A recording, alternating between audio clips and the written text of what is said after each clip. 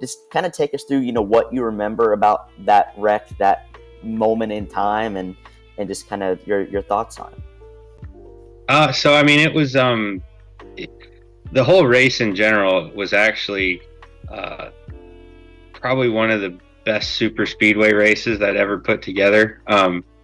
I used to joke around. I used to talk with Ryan Newman a little bit, and I used to joke around that I thought I was the worst super speedway racer than he was.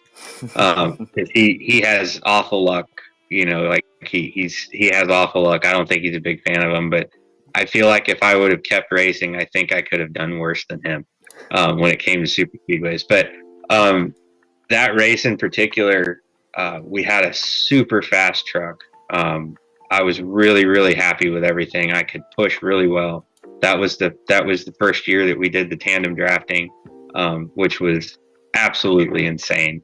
But I liked it. Like I ate it up. And so we had a really good push truck, and I figured that out, and I just started pushing people, and we got up into the top 4 there.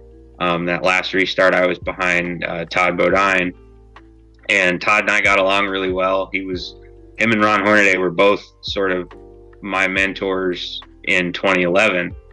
So I knew there was a lot of trust between Todd and I. So, I got the word from his spotter through my spotter to push like hell.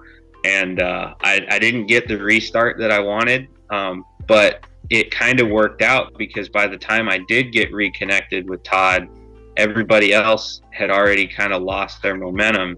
So when we came back around to take the white, I was glued to his bumper. I was like, all right, by the time we get around to the backstretch, it's going to be me or Todd. Like I had that feeling. And the next thing I know, I was pointed the wrong direction and felt the back of the truck pick up.